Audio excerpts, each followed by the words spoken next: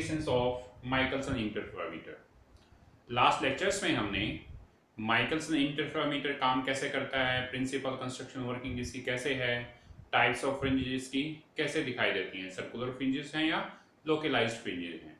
तो उसी कैटेगरी में आगे प्रोसीड करते हुए आज हम माइकलसन इंटरफेरोमीटर की एप्लीकेशंस देखेंगे।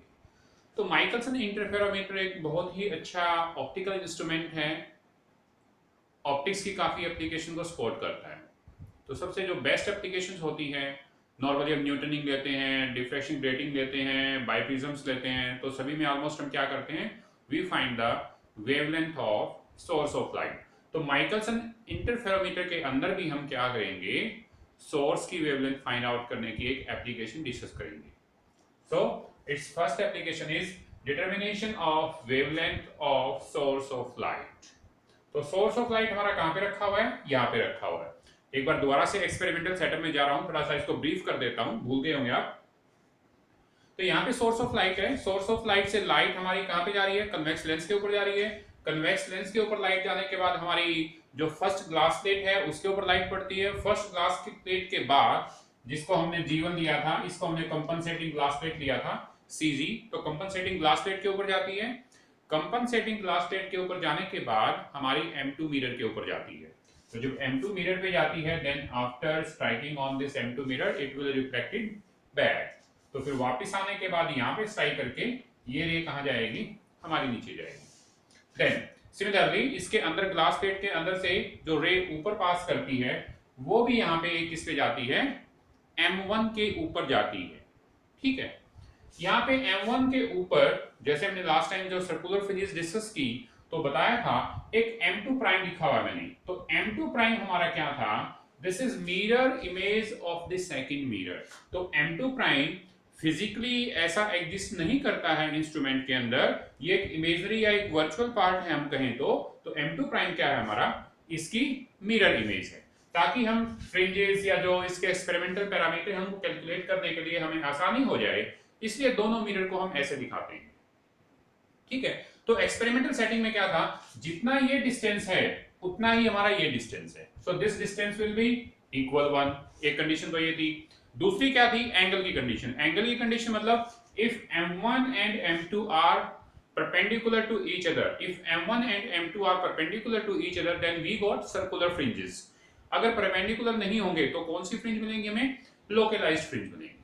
ठीक है, ये जो परपेंडिकुलर की बात कर रहे हैं, इसी परपेंडिकुलर वाली चीज को हम पैरेलल में कन्वर्ट करवाने के लिए क्या करते हैं, M2 प्राइम यानी M2 की मिरर इमेज को कंसीडर कर लेंगे। So when M1 and M2 prime are exactly parallel to each other, it means it is by default that M1 and M2 are ideally perpendicular to each other. तो हम इस application के अंदर जब discuss करेंगे तो इन दोनों को पैरेलल लेके चलेंगे। ठीक है, and distance between these two will be taken as small d। तो स्मॉल d ये डिस्टेंस लेके चलेंगे। ठीक है, तो जो सोर्स ऑफ लाइट है उसकी वेवलेंथ किससे रिप्रेजेंट करते हैं, लैम्डा से रिप्रेजेंट करते हैं। डिपेंड करता है हमारा मोनोक्रोमेटिक सोर्स है या पॉलीक्रोमेटिक सोर्स है, और मोस्टली जो एक्सपेरिमेंट हम करते हैं मोनोक्रोमेटिक सोर्स के साथ ही इस एक्सपेरिमेंट को रन करते हैं। तो आइए देखते हैं इसको कैसे निकालते हैं। तो इस एक्सपेरिमेंटल सेटअप का मैं सिर्फ ग्लास प्लेट के ऊपर का सेगमेंट कंसीडर करूंगा, यानी रे ऑफ लाइट जब ऊपर गई है और यहां से फिर वो नीचे आएगी, यानी इसके बाद की फिजिक्स हम डिस्कस कर चुके हैं। तो लैम्डा को निकालने के लिए मैं सिर्फ इसी पोर्शन को कंसीडर करूंगा। ये कहें तो ये पोर्शन कौन सा है, this is mirror M1 and this is mirror M2 prime. यहां पे इस तरह का सेटअप जब हमारे पास है, इसका मतलब क्या है, ये M2 प्राइम ये तो अभी यहाँ पे क्या है, फिक्स्ड है। It means we are not able to move here जब मैं इसको लैम्डा निकाल के दिखा रहा हूं। ठीक है, तो मूव किसको कर सकते हैं, M1 को, यानी M1 के ऊपर स्क्रू लगे हुए हैं। तो M1 के ऊपर जो स्क्रू लगे हुए हैं, इन स्क्रू से M1 को हम मूव करवा सकते हैं। तो M1 जब मूव करवाएंगे तो ऊपर नीचे अप डाउन करेगा, और ये जो मूवमेंट है इतनी स्मॉल होती है। अगर एक्चुअल में माइकलसन इंटरफेरोमीटर आप देखेंगे तो ज्यादा डिस्टेंस नहीं होता, 5 से 10 सेंटीमीटर का ही होता है, तो ज्यादा आगे इसको मूव नहीं करवा सकते। इसके लिए हमारे पास ऑप्शन क्या है, इसको पीछे ही लेके जाए, इसको हम पीछे ही लेके जाए। तो M1 को हम टुवर्ड बैक साइड इस तरफ मूव करवाएंगे, then this distance D will increase. अगर नीचे कराएंगे this distance D will decrease. तो अभी एक बार के लिए हम लेके चलते हैं कि हमने इसको ऊपर मूव करवाना है, तो ये d डिस्टेंस इसका इंक्रीज होता रहेगा, ठीक है। तो ये d क्या है, is the distance between this two mirror m2 prime and m1। m2 prime क्या है, mirror image of mirror m2, इसकी मिरर इमेज, ठीक है। तो आइए पाथ डिफरेंस देखते हैं। तो पाथ डिफरेंस क्या होगा, यहां से जो रे जाएगी इसके अंदर कितना ट्रेवल करेगी, d, तो d तो इसका जाने का, टकरा के वापस आएगी d इसका आने का, तो d जाने का d आने का, प्लस ये extra lambda by 2 path difference भी आएगा। ये ऑप्टिक्स में शुरुआत से ही हम करते आ रहे हैं, this due to Stokes law, कि जब भी रे हमारी डेंसर मीडियम से रिफ्लेक्ट होती है, जैसा यहां पे हो रहा है कि ये जो यहां पे पड़ेगी रे, वो डेंसर मीडियम पे पड़ेगी और इससे टकरा के वापस होगी। तो रे जब डेंसर मीडियम पे स्ट्राइक करती है तो plus minus lambda by 2 additional path difference add या सब्ट्रैक्ट हो जाता है। तो यहाँ पे हम ऐड वाला पोर्शन लेके चलते हैं, यानी ये तो जाने का, ये आने का और ये मुड़ने का, मुड़ने का या टकराने का, इसको बोल सकते हैं टकराने का, कि रिफ्लेक्ट होकर जो पाथ डिफरेंस आया।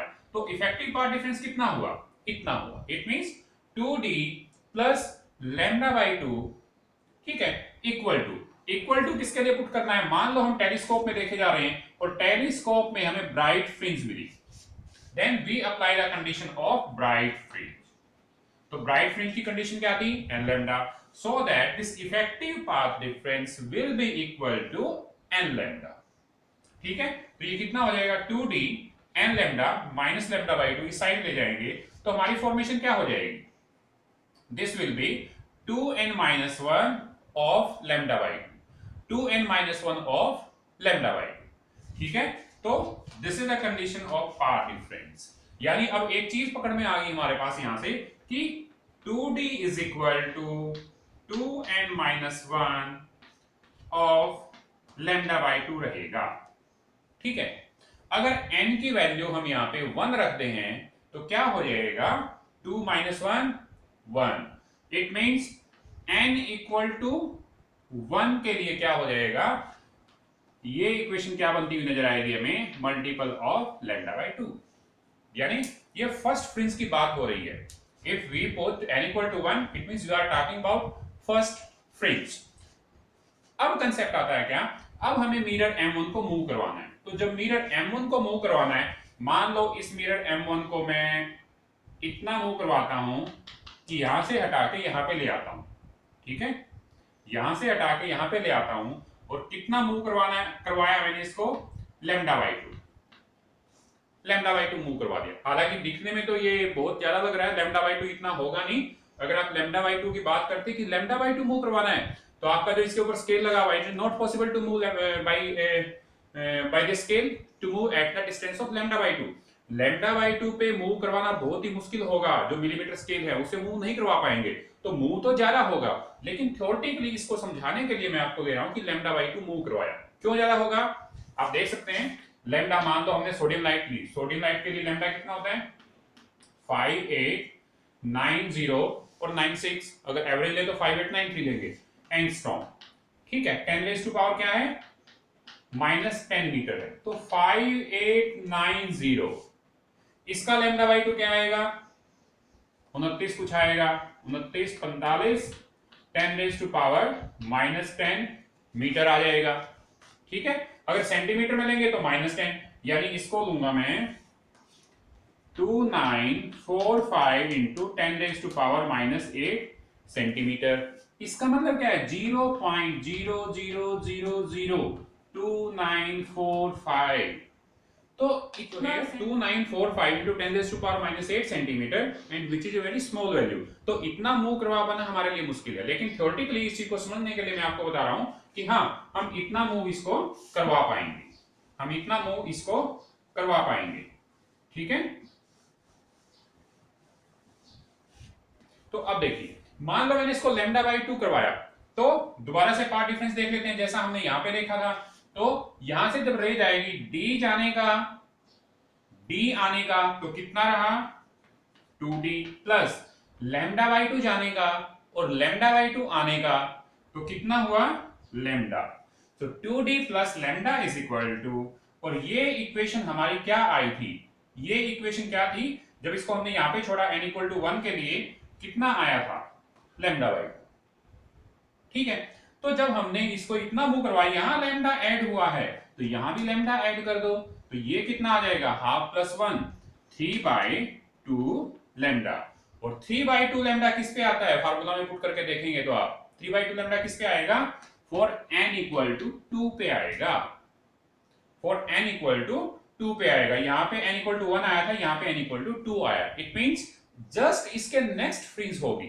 तो जब हम फ्रिंज की बात करते हैं, मान लो सर्कुलर फ्रिंज है, जब हमारी ये फ्रिंज आई है तो हमने, हमारा जो पार्ट डिफरेंस था कितना था, 2d था। इसके नेक्स्ट फ्रिंज जब आएगी, इसका मतलब कितना मूव करवाना पड़ेगा, लैम्डा बाई 2। तो जब लैम्डा बाई 2 मूव करवाएंगे, जस्ट नेक्स्ट फ्रिंज हमें मिल जाएगी, वो दिखाई दे रहा है। एक और करके देख लीजिए। अब इस मिरर को यहां की बजाय मैं यहां पे ले आता हूं और नेक्स्ट लैम्डा बाई 2 इसको मूव करवाता हूं। ठीक है, तो यानी कि lambda by 2 plus lambda by 2 कितना हो गया, एक तरह से लैम्डा। तो इसको मैंने कितना मूव करवा दिया, लैम्डा मूव करवा दिया। तो पाथ डिफरेंस देख लीजिए, 2d प्लस d जाने का, d आने का, 2d हो गया, फिर लैम्डा जाने का और लैम्डा आने का, तो कितना हुआ, 2 lambda equal to lambda by 2 हमारा स्टैंडर्ड था, प्लस यहां 2 लैम्डा ऐड किया है। ये मैं क्यों कर रहा हूं, 2d is equal to lambda by 2 हमारा चल रहा है, 2d is equal to lambda by 2 हमारा चल रहा था, तो इसी में ऐड करता जा रहा हूं मैं। सो लैम्डा बाई 2 में कितना ऐड किया है, 2 लैम्डा, तो यहां भी कितना कर दो, 2 लैम्डा, तो 2 प्लस हाफ कितना आ जाएगा, 5/2 ऑफ लैम्डा। और 5/2 वैल्यू n की किस वैल्यू पे आती है, n इक्वल टू 3 पे आती है। इसका मतलब उसके जस्ट नेक्स्ट फ्रिंज में मिल जाएगी। फर्स्ट फ्रिंज थी, सेकंड फ्रिंज थी, थर्ड फ्रिंज थी। कौन सी फ्रिंज की बात हो रही है, ओनली ब्राइट फ्रिंज। अगर ये डार्क फ्रिंज लेंगे तो ये कंडीशन 2n-1 यानी कि odd multiple of lambda by 2 हो जाएगी। तो समझने के लिए आप ब्राइट फ्रिंज लेके चले इसके लिए। ठीक है, तो जैसे जैसे हम लैम्डा बाई 2 इसको मूव करवा रहे हैं तो हमारी कितनी फ्रिंज शिफ्ट होती जा रही है, 1 फ्रिंज शिफ्ट होती जा रही है। इसका मतलब इस तरह से जब हम lambda by 2, lambda by 2, lambda by 2, lambda by 2 and so on move करवाएंगे और फाइनली मान लो आपने इसको यहां पे रख लिया और इस डिस्टेंस को ले लिया x। तो जब हमने x डिस्टेंस मूव करवाया है, जब हमने x डिस्टेंस मूव करवाया है, then what happen, so when we move this m1 mirror by x distance, then number of fringe is n fringe we got of lambda by 2। तो lambda by 2 के addition के कारण हमारे पास कितनी number of fringe बढ़ती जा रही है, एक एक करके बढ़ती जा रही है। तो जब x इसको मूव करवा दिया तो कितनी मिल जाएगी हमें, n of lambda by 2।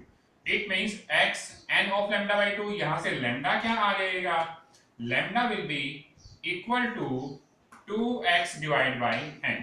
n मतलब nth फ्रिंज, कितनी फ्रिंज मूव हुई है, nth फ्रिंज से मतलब यहाँ पे कितनी फ्रिंज मूव हुई है, अभी बता रहा हूं, एक बार इसको देख लेते हैं।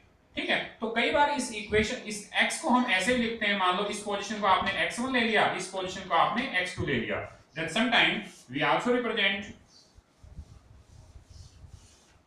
Sometime this x is also taken as x2 minus x1 और delta x, whatever it is। तो ये लैम्डा हो जाता है 2 ऑफ x2 minus x1, इस फॉर्म में भी लिखा जाता है ऑफ n, और इस फॉर्म में भी लिखा जाता है 2 डेल्टा x और n, लेकिन बेटर जो है हम इसको यूज करते हैं। ठीक है, तो अब इसको आया कैसे या किया कैसे, एक बार देख लीजिए। मान लो जब हमने एक्सपेरिमेंट को स्टार्ट किया, कहां से स्टार्ट किया, n इक्वल टू 1 से। तो हमारा ट्रैवलिंग माइक्रोस्कोप का स्केल यहां लगा हुआ था, जो थोड़ा सा बड़ा बना लेता हूं इसको। ये जो ट्रैवलिंग माइक्रोस्कोप है, ट्रैवलिंग माइक्रोस्कोप में आपको फ्रिंज दिखाई देगी। तो फ्रिंज कैसे दिखाई देगी, ऐसे सर्कुलर फ्रिंज आपको दिखाई देगी।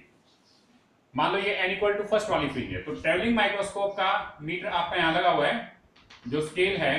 तो cross wire of telescope appear on this one, this is your initial position, जहां पे n इक्वल टू 1 फ्रिंज आपकी आई है।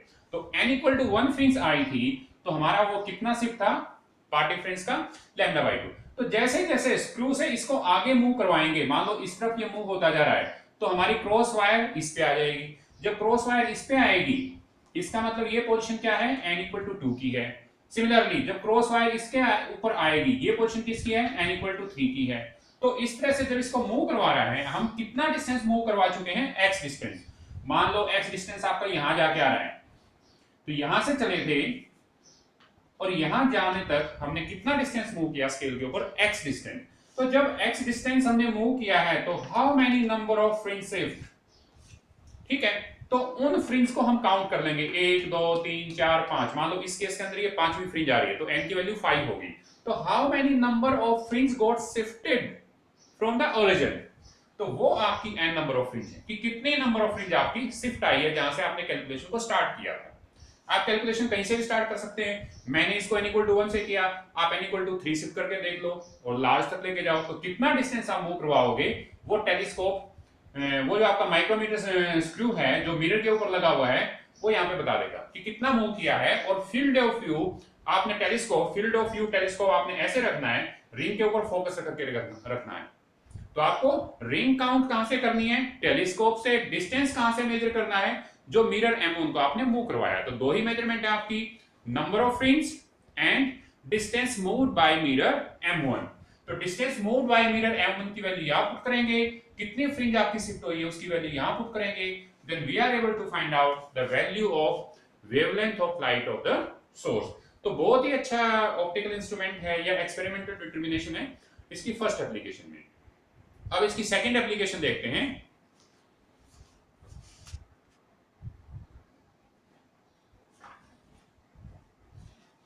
हाँ, तो नेक्स्ट एप्लीकेशन देखते हैं, resolution of spectral lines.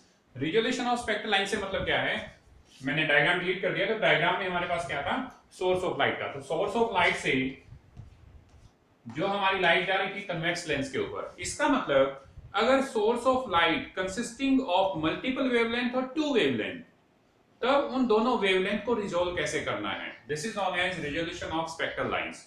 For example यहाँ पे अगर हम सोडियम लैंप लेते हैं, सोडियम लाइट लेते हैं, तो हम सबको पता है कि सोडियम लाइट की 2 वेवलेंथ होती हैं, एक कौन सी 5890 एंगस्ट्रॉम, दूसरी कौन सी होती है 5896 angstrom. So sodium consisting of 2 wavelength, difference कितना है, जस्ट 6 एंगस्ट्रॉम का इसमें डिफरेंस है, यानी इसका जो डेल्टा लैम्डा होगा दैट इज जस्ट 6 एंगस्ट्रॉम होगा।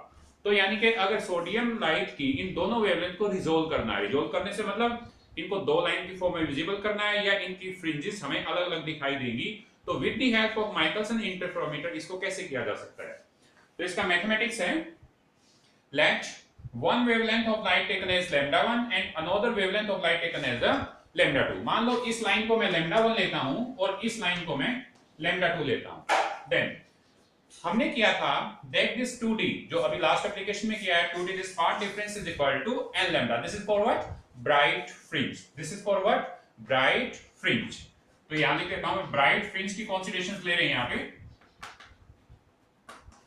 तो ब्राइट फ्रिंज की कॉन्सिडरेशन में this part difference 2D was equal to n lambda1। तो यहां से n की वैल्यू हमें क्या मिलेगी, 2D upon lambda1। Similarly this 2D is equal to n plus 1 lambda2, यानी जो सेकंड लाइन होगी कौन से वाली, ये वाली, इस वेवलेंथ की फ्रिंज आपके उसके जस्ट नेक्स्ट अपीयर होंगी, क्योंकि वेवलेंथ ज्यादा है तो इसकी फ्रिंज उससे जस्ट नेक्स्ट अपीयर होगी, इसलिए इसको n प्लस 1 बोला है।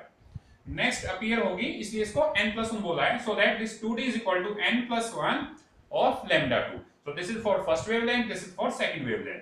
तो दोनों से हमने क्या करना है, n वाला पैरामीटर इवैल्यूएट करना है। यहां से n आ गया ये, यहां से n प्लस 1 आ गया ये।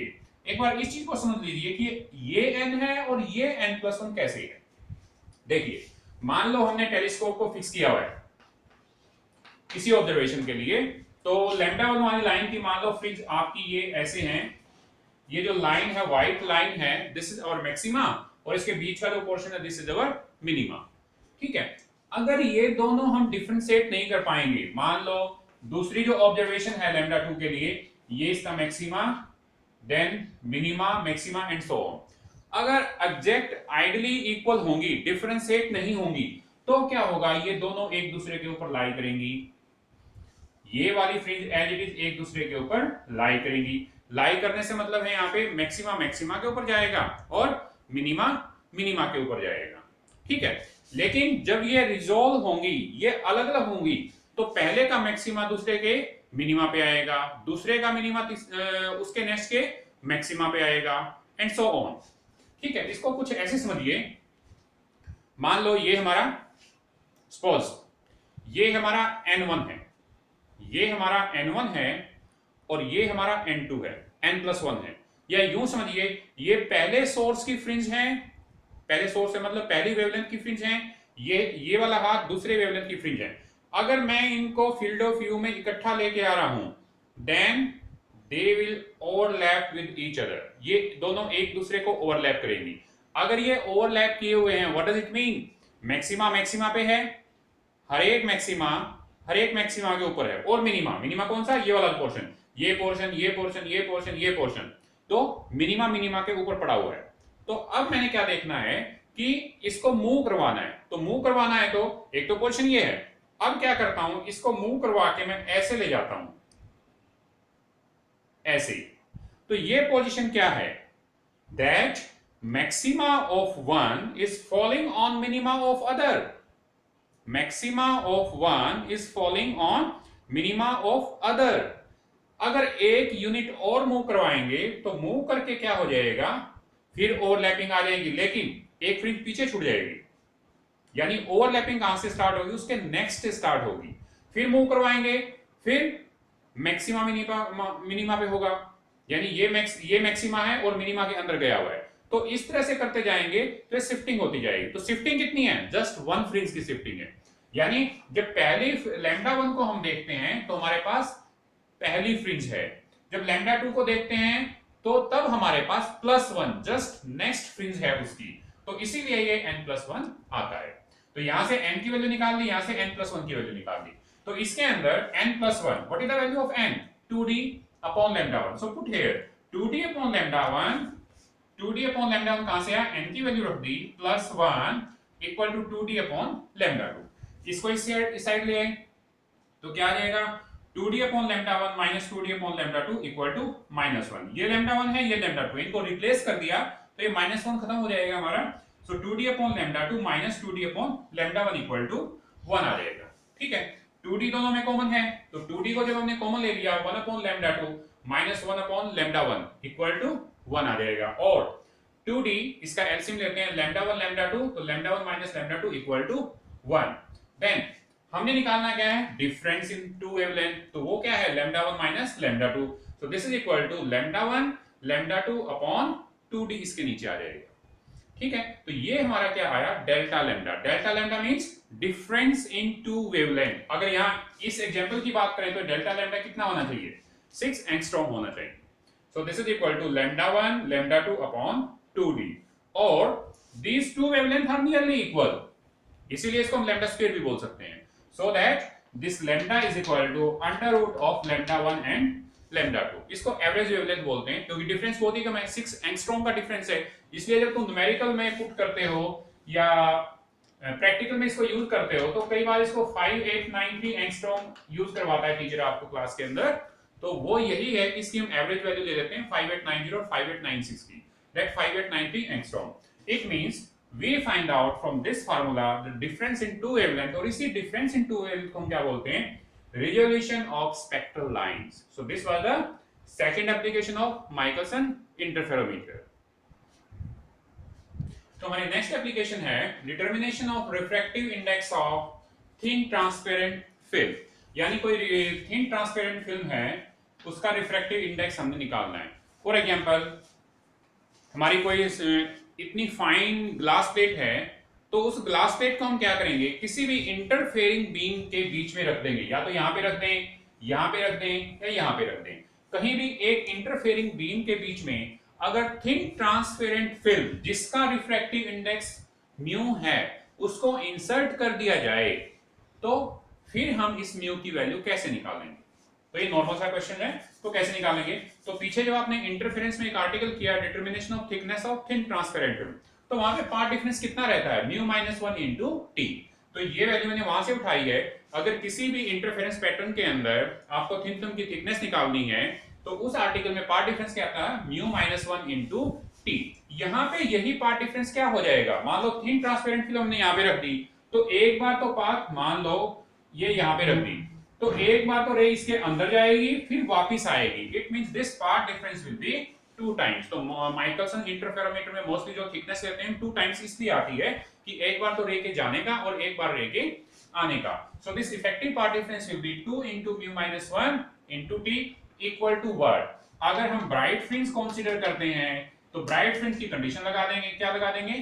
n लैम्डा, ठीक है?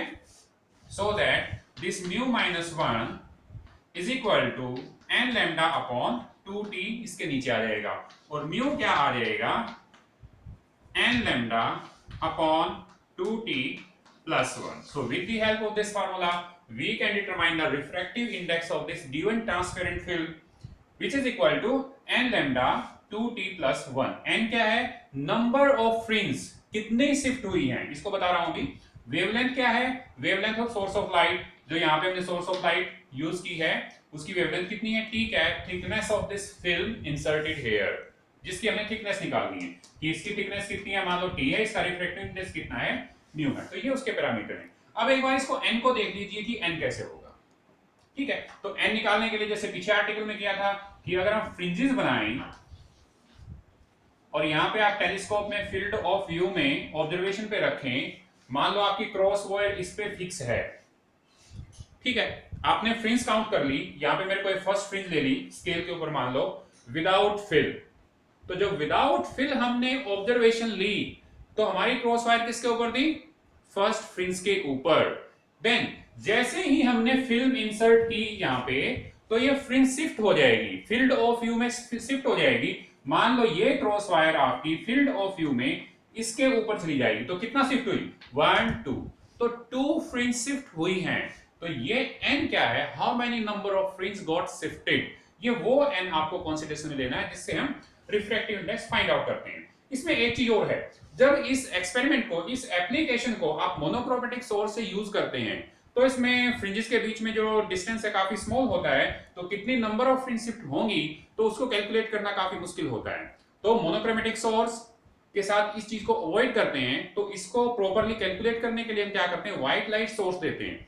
तो व्हाइट लाइट सोर्स जैसे ही लेंगे, विदाउट फिल्म हम कहां पे रखेंगे? इसको सेंट्रल फ्रिंज पे।